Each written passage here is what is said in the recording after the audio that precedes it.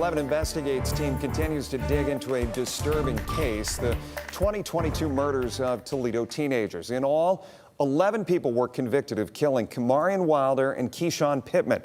But two men, Charles Walker and Brent Kohlhofer, they were sentenced to life in prison with no chance of parole.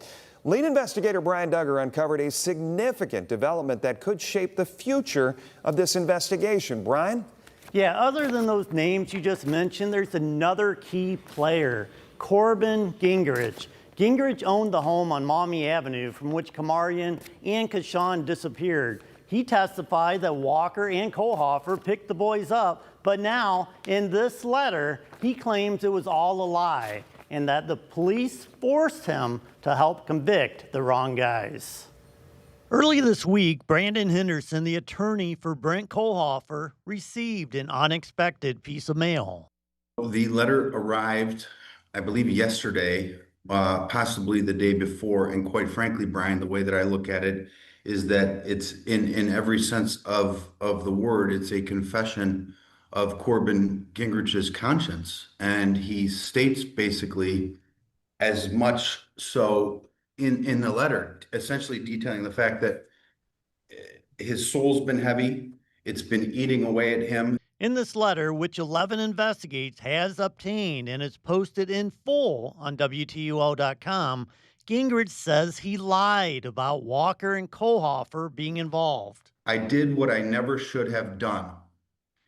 I agreed with what Cruz Garcia said, and I lied so I wouldn't have to spend the rest of my life in prison, because that's how messed up the system is. It gives me chills. I don't know what to say, because I've got a guy sitting in prison for the rest of his life right now. Now, Cruz Garcia is a key player in this case. After lying multiple times, he admitted to police that he beat the boys and handed them over to Kohlhofer and Walker, who he said were angry about a series of robberies. It's been said that maybe you went in there and maybe smacked one of the kids when you saw him. Is that true or not true? No, I didn't hit nobody. But initially, Cruz was facing an aggravated murder charge. When he changes his story, the charges end up getting reduced. that's when Chuck and Brett start beating on them and laid them on their stomach, tied them up with the duct tape. They duct taped their hands, their legs, and I want to say around their mouths too, like around their hole right here. And they opened up the trunk. There was a blue tarp in the trunk, and they put them on the blue tarp, laid them next to each other, and that's when they shut the trunk.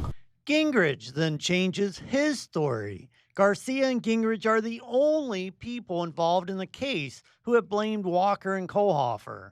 But in the letter, Gingrich says he told police repeatedly it was two masked men, not someone he could identify as Kohlhofer or Walker, who ended up leaving with Garcia.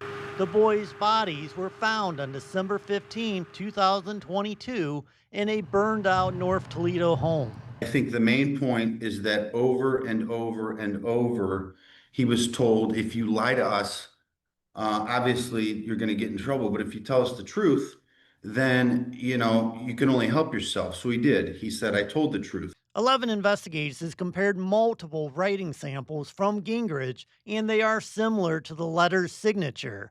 And a family member also told us they believe the letter is from Gingrich. We have also reviewed police interviews. On January 11, 2024, Gingrich tells police Charles Walker and Brent Kohlhofer picked the boys up from the house. When we walked outside, there was two men sitting in the alley.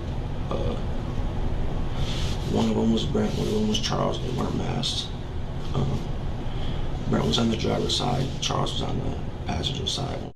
But this is a much different story than he told police on December 13, 2022. A police report indicates he said two unknown men picked up the boys, a story he now wants the world to believe. I believe this is a very true letter. I believe everything he's saying. I'm still struggling to find what the incentive is for him to say these things.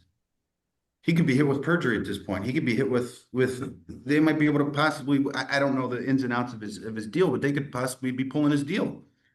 Yeah. And I applaud an individual that has the courage to come forward with this. So, Brian, back here live now. This appears to be a recantation. So what could it mean for Kohlhofer, Walker, and Gingrich at this point? Yeah, first of all, Kohlhofer and Walker are still waiting to hear from the 6th District on their appeal to get new trials. But if they have to try another route, this recantation could be considered new evidence, which could be used in a separate argument for a new trial. And as for Gingrich, this really does put him in legal jeopardy. I have no doubt about that. It actually could be possible that his deal could be pulled if they wanted to do something like that. And Brian, it's always important to think of a motive in a situation like this. So how can Corbin Gingrich benefit from this? Yeah, I've really considered this, and I'm having a really hard time seeing how he does. Because again, he put himself in legal jeopardy, and he doesn't have an active appeal. So he really is in legal jeopardy at this point. Now, I did learn yesterday that Kohlhofer was actually moved to Gingrich's prison recently. So that might raise some eyebrows, but Brent's attorney told me that may have caused Gingrich to actually reflect on what he had done at trial. So what are the police and prosecutors saying about this new revelation? Yeah, unfortunately, not much. I had conversations with the prosecutor's office and the police department this morning. I also sent them this letter, but they've made no official statement. And with appeals still ongoing, they probably won't even be able to comment on this case at this point. Reporting in studio, this is Brian Duggar for 11 Investigates. And of course, now everybody can see that letter if you go to WTOL.com. Brian, thank you.